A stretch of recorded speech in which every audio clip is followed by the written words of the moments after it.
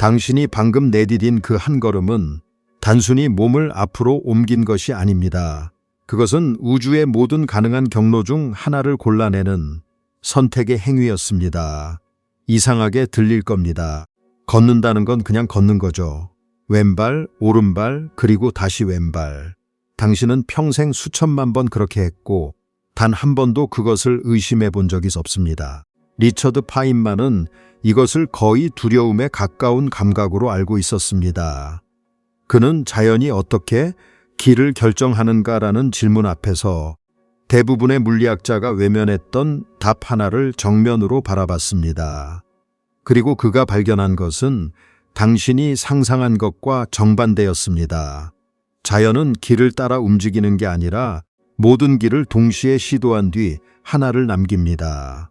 그리고 당신의 걸음도 예외가 아닙니다. 여기서 두 번째 질문이 생깁니다. 만약 걷는다는 것이 단순한 이동이 아니라면 걸을 때마다 당신의 몸에서는 정확히 무엇이 결정되고 있는 걸까요?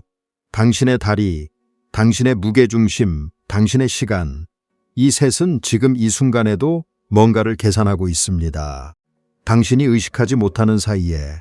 그리고 세 번째, 파인만이 말년에 남긴 걷기와 관련된 아주 사소해 보이는 습관 하나가 있습니다. 그것이 왜 중요한지는 이 영상의 마지막에 가서야 이해할 수 있습니다. 지금은 그저 이 문장을 기억해 두십시오. 그는 목적지 없이 걸었다. 이 짧은 문장이 마지막에 완전히 다른 의미로 돌아올 겁니다. 먼저 아주 평범한 장면 하나를 떠올려 보겠습니다. 당신은 방 안에 서 있습니다. 저쪽 끝에 컵이 하나 놓여 있고 당신은 그 컵을 향해 걸어갑니다. 5걸음, 어쩌면 6걸음. 그리고 컵을 집습니다. 세상에서 가장 단순한 일입니다. 그런데 잠시 멈춰서 생각해 봅시다. 당신은 왜 하필 그 경로로 걸었을까요? 방을 가로지르는 길은 무한히 많습니다. 곧장 직선으로 갈 수도 있고 크게 원을 그리며 돌아갈 수도 있고 지그재그로 갈 수도 있습니다. 그 무한한 가능성 중에서 당신의 몸은 거의 항상 하나의 경로를 고릅니다. 대개는 가장 짧고 가장 힘이 덜 드는 길. 당신은 이걸 당연하다고 느낍니다. 하지만 물리학에서 이 당연함은 사실 우주에서 가장 깊은 수수께끼 중 하나로 통하는 문입니다. 빛을 예로 들어보죠. 빛은 한 지점에서 다른 지점으로 갈 때 언제나 가장 빠른 경로를 택합니다. 공기 중에서는 직선으로, 물속으로 들어갈 때는 살짝 꺾이면서 마치 빛이 미리 목적지를 알고 가장 효율적인 길을 계산한 것처럼 말입니다. 그런데 여기서 무서운 질문이 생깁니다. 빛은 아직 도착하지도 않았는데 어떻게 어느 길이 가장 빠른지 미리 알 수 있을까요? 마치 결과를 먼저 알고 원인을 정하는 것처럼 보입니다. 이건 우리가 세계를 이해하는 방식 전체를 뒤흔드는 문제입니다. 하지만 여기서 더 이상한 일이 벌어집니다. 17세기 페르마라는 수학자가 이 현상을 설명하는 원리를 하나 제안했습니다. 빛은 시간이 가장 적게 걸리는 길을 간다. 최소 시간의 원리라고 불립니다. 놀랍도록 잘 맞았습니다. 하지만 이 원리는 사람들을 불편하게 만들었습니다. 왜냐하면 그것은 마치 빛에게 의도가 있는 것처럼, 목적이 있는 것처럼 들렸기 때문입니다. 물리학은 목적을 싫어합니다. 물리학은 무엇을 위하여가 아니라 무엇 때문에를 다루는 학문이니까요. 돌은 목적이 있어서 떨어지는 게 아닙니다. 그냥 힘이 작용해서 떨어집니다. 그런데 빛은 마치 가장 빠른 길로 가겠다는 목표를 가진 것처럼 행동합니다. 이 모순이 200년 넘게 물리학자들의 목을 조였습니다. 파인만은 젊은 시절 이 문제를 처음 접했을 때의 감각을 이렇게 회상한 적이 있습니다. 다음은 그의 자전적 회고와 강의 내용을 바탕으로 재구성한 표현입니다. 그는 자연이 미리 아는 것처럼 보이는 이 현상 앞에서 다른 사람들이 느낀 불편함 대신 어떤 매혹을 느꼈다고 합니다. 대부분은 이 모순을 서둘러 덮으려 했지만 파인만은 그 모순 속으로 걸어 들어갔습니다. 그리고 이것은 빛 한 줄기의 이야기가 아닙니다. 이것은 당신이 방을 가로질러 걷는 걸음의 이야기이고 강물이 흐르는 이야기이며 행성이 태양을 도는 이야기이자 결국 우주 전체가 어떻게 자기 자신을 결정하는가에 관한 이야기입니다. 자연에는 이상한 절약의 습성이 있습니다. 비눗방울은 왜 완벽한 굴을 이룰까요? 표면적을 가장 작게 만드는 형태이기 때문입니다. 매달린 사슬은 왜 그런 곡선을 그릴까요? 위치 에너지를 가장 낮게 만드는 모양이기 때문입니다. 자연은 어디를 보든 무언가를 최소로 만들려는 것처럼 보입니다. 여기까지 오면 당신은 어렴풋이 느끼기 시작합니다. 걷는다는 것도 어쩌면 이 거대한 절약의 법칙 안에 있는 게 아닐까.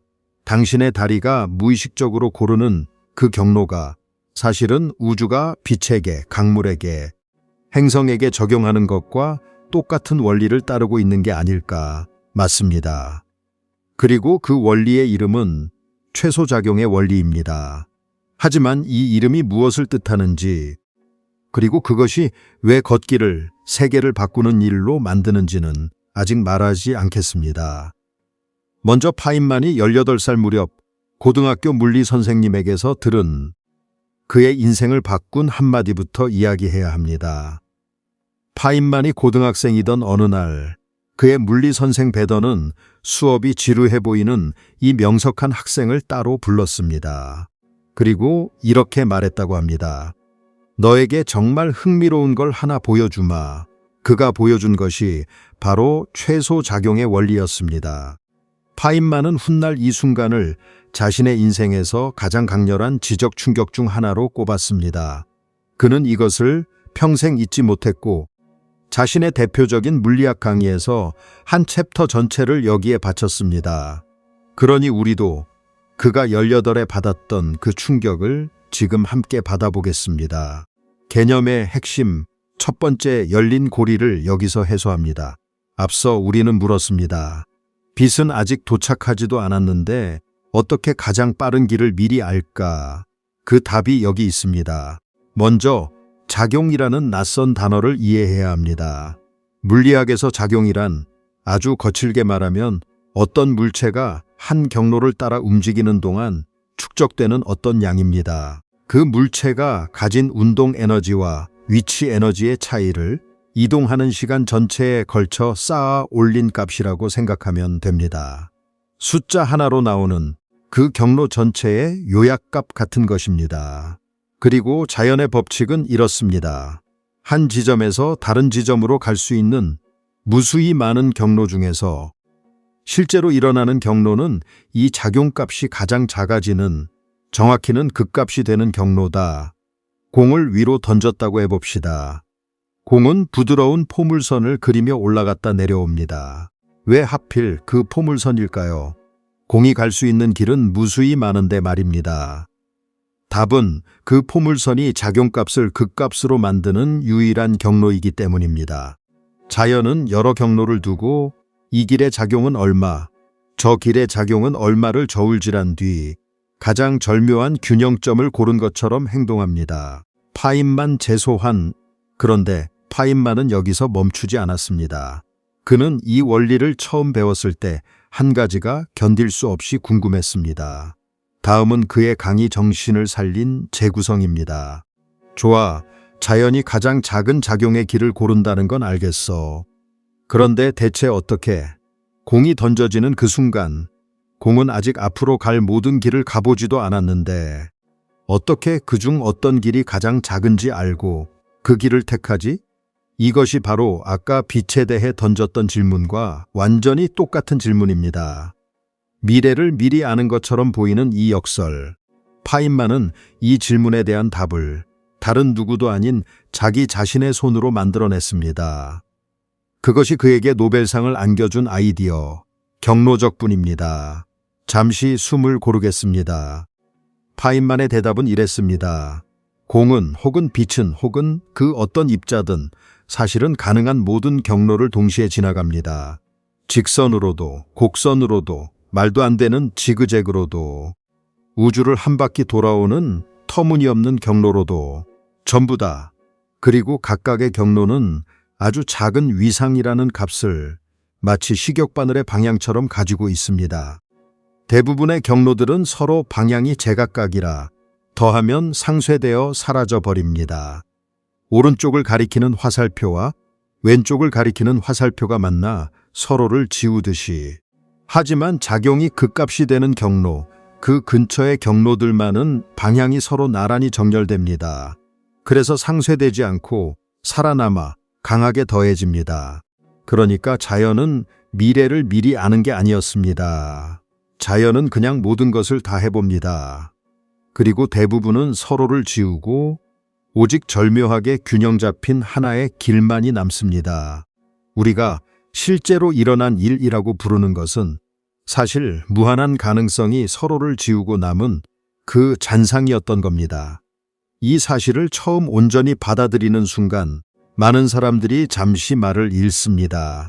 우리가 사는 이 단단해 보이는 세계가 실은 무수한 일어나지 않은 일들이 서로를 지우고 남긴 얇은 껍질 같은 것이라는 감각. 파인만이 18에 받았던 충격의 정체가 어쩌면 이것이었을지 모릅니다. 그리고 지금 이 순간 당신의 몸 안에서도 똑같은 일이 일어나고 있습니다. 당신이 방을 가로질러 컵을 향해 걸을 때 물리학의 언어로 보면 당신의 몸은 무한히 많은 경로 중 하나를 고른 것이 아닙니다. 걷기라는 행위는 물론 양자적 사건이 아니라 고전적 사건이지만 여기서 정직하게 짚자면 걷기 자체가 양자 중첩을 일으킨다는 뜻은 아닙니다. 그럼에도 당신의 걸음을 지배하는 그 법칙은 빛과 공을 지배하는 바로 그 최소작용의 원리와 같은 뿌리에서 나옵니다. 당신의 근육, 당신의 관절, 당신의 무게중심은 매 순간 가장 작은 작용의 길을 향해 스스로를 조율합니다. 당신은 계산하지 않습니다. 당신의 몸이 우주의 언어로 이미 계산하고 있습니다. 여기까지가 첫 번째 수수께끼의 답이었습니다. 자연은 목적을 가진 게 아니라 모든 것을 시도한 뒤 남기는 방식으로 가장 효율적인 길이라는 겉모습을 만들어냅니다. 하지만 이제 훨씬 더 깊은 문제가 열립니다. 이걸 네 번째 수수께끼라고 부르겠습니다. 만약 당신의 한 걸음이 최소작용의 원리를 따른다면 그 작용을 계산하려면 무엇이 필요할까요? 시작점과 끝점입니다. 출발지와 도착지. 자연이 경로를 결정하려면 반드시 어디서 시작해 어디서 끝나는가가 정해져 있어야 합니다. 여기에 소름 돋는 함의가 숨어 있습니다. 최소작용의 원리는 마치 끝을 이미 알고 있는 것처럼 작동합니다.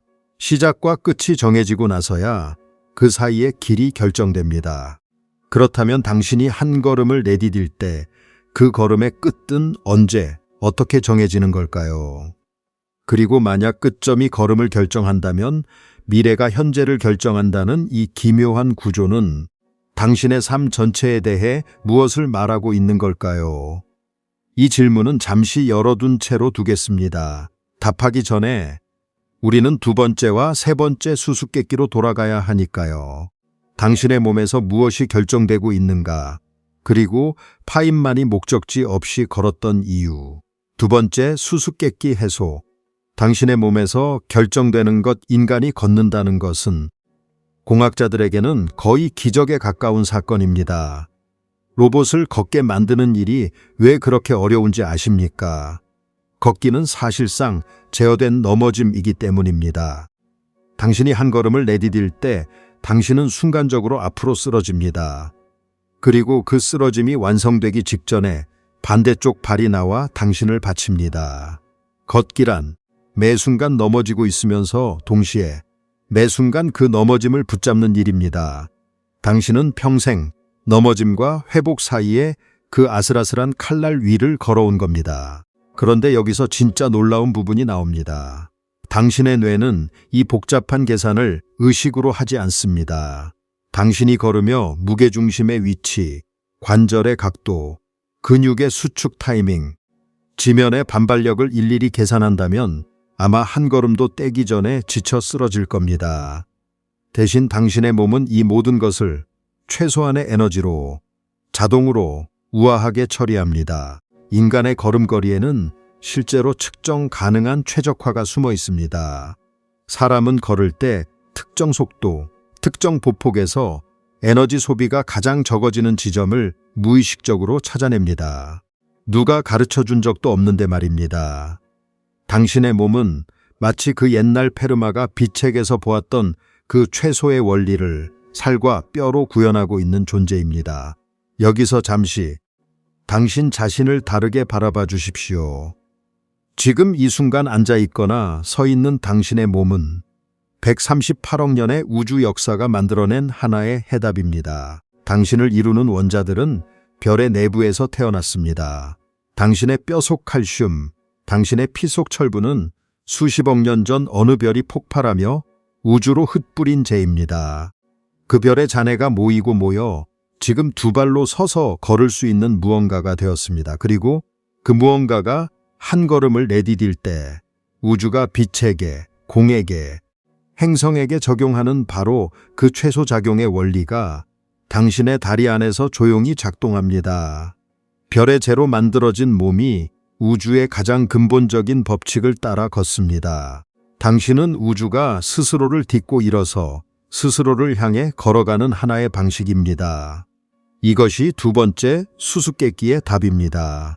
걸을 때 당신의 몸에서 결정되는 것은 단지 다음 발의 위치가 아니었습니다. 그것은 우주의 근본 법칙이 살아있는 존재를 통해 자기 자신을 표현하는 하나의 사건이었습니다. 스케일 전환. 이제 시야를 넓혀 보겠습니다. 한 사람의 걸음에서 세계 전체로. 세 번째 수수께끼로 진입.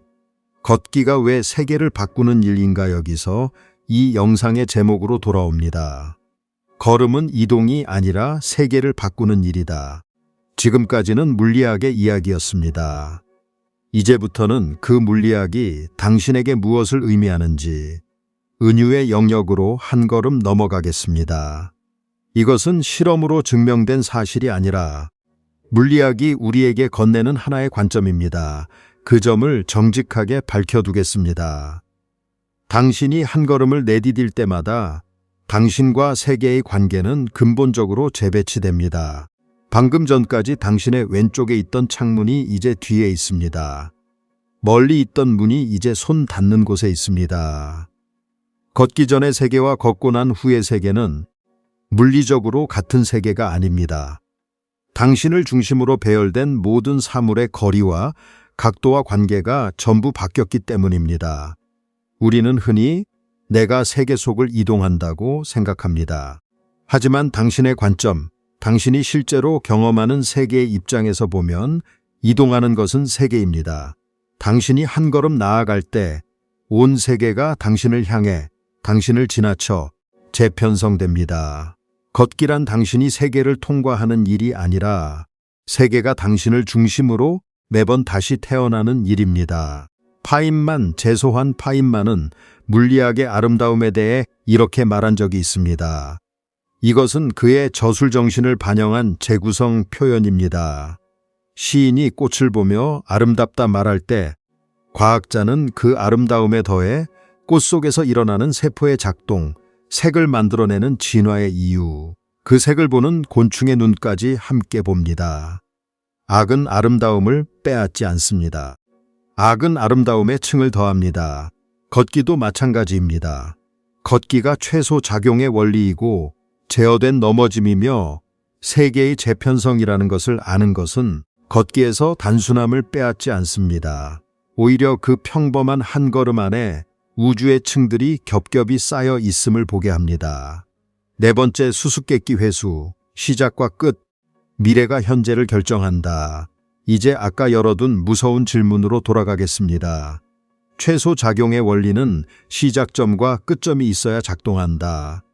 끝이 정해져야 그 사이의 길이 결정된다. 마치 미래가 현재를 결정하는 것처럼. 물리학에서 이것은 수학적 형식일 뿐 진짜로 미래가 과거로 정보를 보낸다는 뜻은 아닙니다. 여기서도 정직해야 합니다. 하지만 이 형식이 던지는 그림자는 인간의 삶에 깊이 들이웁니다. 생각해 보십시오. 당신이 지금 내딛는 한 걸음의 의미는 그 걸음이 어디로 향하고 있느냐에 따라 완전히 달라집니다. 똑같은 물리적 동작, 똑같은 근육의 수축이라도 그것이 사랑하는 사람을 향한 걸음인지, 떠나기 위한 걸음인지, 도망치는 걸음인지, 마주하러 가는 걸음인지에 따라 그 걸음은 전혀 다른 사건이 됩니다. 끝점이 걸음의 의미를 결정합니다. 이것이 최소작용의 원리가 인간의 언어로 번역될 때 남기는 이상하도록 정확한 진실입니다. 당신의 삶에서 지금 이 순간의 모든 행동은 당신이 어디로 향하고 있느냐에 따라 그 의미가 결정됩니다. 목적지가 없다면 걸음은 그저 넘어짐의 연속일 뿐입니다. 목적지가 있을 때 넘어짐은 비로소 걷기가 됩니다. 정체성 콜백 블록스 세 번째 고리 해소를 향해 그리고 지금 세 번째 수수께끼로 돌아갈 시간입니다. 영상 초반에 제가 남긴 그 문장 기억하십니까? 그는 목적지 없이 걸었다. 리처드 파인만은 걷는 것을 좋아했습니다. 특히 문제가 풀리지 않을 때 그는 자리에서 일어나 걸었습니다. 캠퍼스를, 해변을, 밤거리를 목적지 없이. 동료들의 회고에 따르면 그는 걷는 동안 가장 깊은 생각에 도달하곤 했습니다. 앉아서 종이를 노려볼 때가 아니라 두 발이 움직이고 세계가 그를 스쳐 지나갈 때 막혔던 것이 풀렸습니다.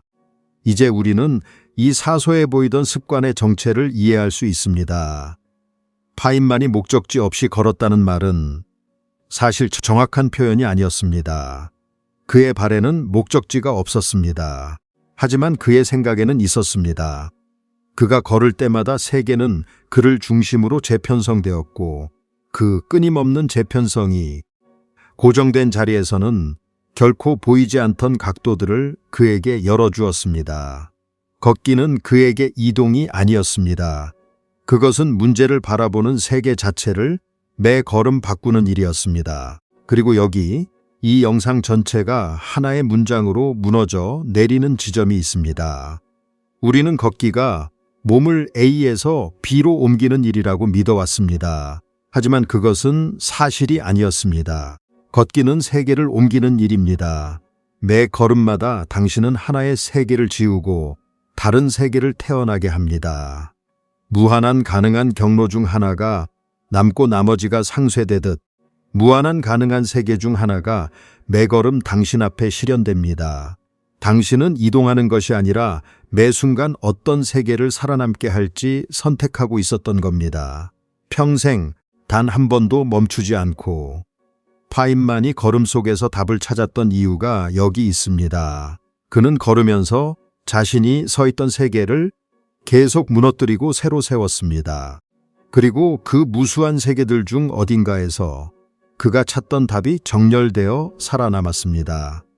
당신이 다음에 일어나 걸을 때 이 사실을 한 번만 떠올려 보십시오. 당신은 그저 움직이는 게 아닙니다. 당신은 별의 재로 만들어진 몸으로 우주의 가장 근본적인 법칙을 따라 매 걸음 하나의 세계를 선택하고 있습니다. 파인만은 죽기 얼마 전 칠판에 이런 문장을 남겼습니다. 이것은 실제로 그의 칠판에 적혀 있던 것으로 전해지는 말입니다. 내가 만들어낼 수 없는 것은 나는 이해하지 못한 것이다. 만들어낼 수 없다면 이해한 것이 아니다. 그렇다면 이런 질문이 남습니다. 당신은 지금까지 수천만 번을 걸어왔습니다. 하지만 단 한 번이라도 그 한 걸음을 진짜로 이해한 채 걸어본 적이 있습니까? 세계를 무너뜨리고 다시 세우는 그 일을 당신은 매일 하고 있습니다. 그런데 그 일을 하는 당신이란 대체 누구일까요? 그 질문은 다음 이야기에서 이어가겠습니다.